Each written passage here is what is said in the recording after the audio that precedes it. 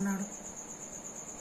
అందరూ అనుకుంటుంటారు, ప్రభు వారు ఎందుకు ఉపవాసం ఉన్నారు, ఎందుకు ఉపవాసం ఉండాలి ఆయన అని చెప్పి అనుకుంటారు. ప్రియమైన బిడ్డలారు, ఇప్పుడు మీకు అర్థమైంది అనుకుంటాను. మనల్ని పాలించేటందుకు ఆయన కోసం తెలివి కావాలని, ఆయనకు ఆ శక్తి కావాలని, ప్రజలు చేసే వారి గురించి నేను ఏదైనా చేయాలన్నా కూడా నేను ఎలా తెలుసుకోగలను, తండ్రి అని యెహోవా దేవునికి మొరపెట్టుకొనుటకు 40 రాత్రులు 40 పగలు ఉపవాసం ఉన్నారు. ప్రియమైన దేవుని బిడ్డలారా, మనం ఎంతవరకు ఉపవాసం ఉంటున్నాం? అనారోగ్యాల చేత చాలా మంది ఉపవాసాలు ఉండలేకపోతున్నారు.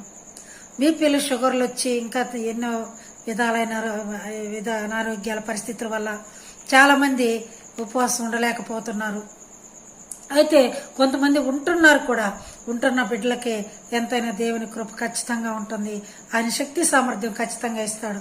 ఎందుకంటే ఆయన శక్తి సామర్థ్యం కావాలని యెహోవా దేవుడిని అడిగి మరి ఆయన శక్తి సామర్థ్యం కొరకు ప్రార్థించాడు కనుక మరి ఉపవాసం ఉంటున్న బిడ్డలకు కూడా ఆ శక్తిని ఆ దేవుని నుంచి మీరు పొందుతారు. తప్పకుండా ఎంతమంది బిడ్డలైతే ఉపవాసం ఉంటున్నారో అంతమందికి కూడా దేవుడి శక్తిని ఆ బలమును అనుగ్రహిస్తాడు. కనుక ప్రభువారు మన కోసం మరి ఆయన 40 రాత్రులు 40 పగలు ఉపవాసం ఉండి ప్రార్థించాడు. మనల్ని ఎలా పాలించాలి, ఎలా చూసుకోవాలి, ఆ శక్తి సామర్థ్యం నాకుందా తండ్రి, ప్రజలపై నా పరిపాలన ఎలా ఉంటుంది, నేను వారిని చేయించగలనా అని అడిగినట్లుగా ప్రభువారిని చూసుకున్నాం మనం.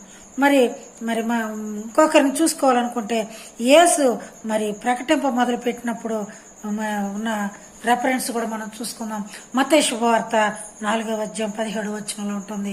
ఆయన ఒక ప్రకటన మొదలుపెట్టినప్పటి నుంచి, యేసు ప్రకటింప మొదలుపెట్టినప్పటి నుంచి ఉన్నట్లుగా మనం చూస్తున్నాం. ఉపవాసం తర్వాత అలాగే యెహోషాపాతు యుద్ధమునకు భయపడి ఉపవాస ప్రార్థన ఉన్నాడు.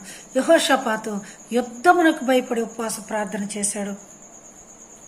అది కూడా మీరు వీలైతే రాసుకోండి. 2వ దిన వృత్తాంతములు 20వ అధ్యాయం 1 నుంచి 12 వచనాలు చూసుకుంటున్నప్పుడు, 2వ దిన వృత్తాంతములు 20వ అధ్యాయము 1 నుంచి 12వ వచనం వరకు చూసుకుంటున్నప్పుడు మనకి యెహోషాపాతు యుద్ధానికి భయపడి ఉపవాసం ఉన్నట్లుగా మనం చూసుకుంటున్నాం. మరి ఒకరు మనం చూసుకుంటున్నప్పుడు లేవి వంశస్థుడు వారికని వారి పిల్లలకును ఉపవాస ప్రార్థన.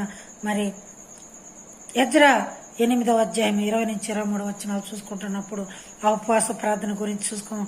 అలాగే ఉపవాస ప్రార్థనలో ఎస్తేరు గురించి మనం చూసుకుంటున్నప్పుడు మొర్దుకైతో ఎస్తేరు ఉపవాస దినం ప్రకటించమని చెప్పుట, మరి మృదుకైతో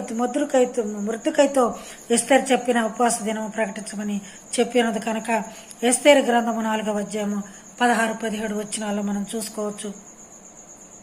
అలాగే యావేలుకు యెహోవాకు మందిరంలో సమకూడి అక్కడ కూడా ఉపవాసం ఉన్నట్లుగా మనం చూస్తున్నాం. యావేలు గ్రంథము 1వ అధ్యాయం 14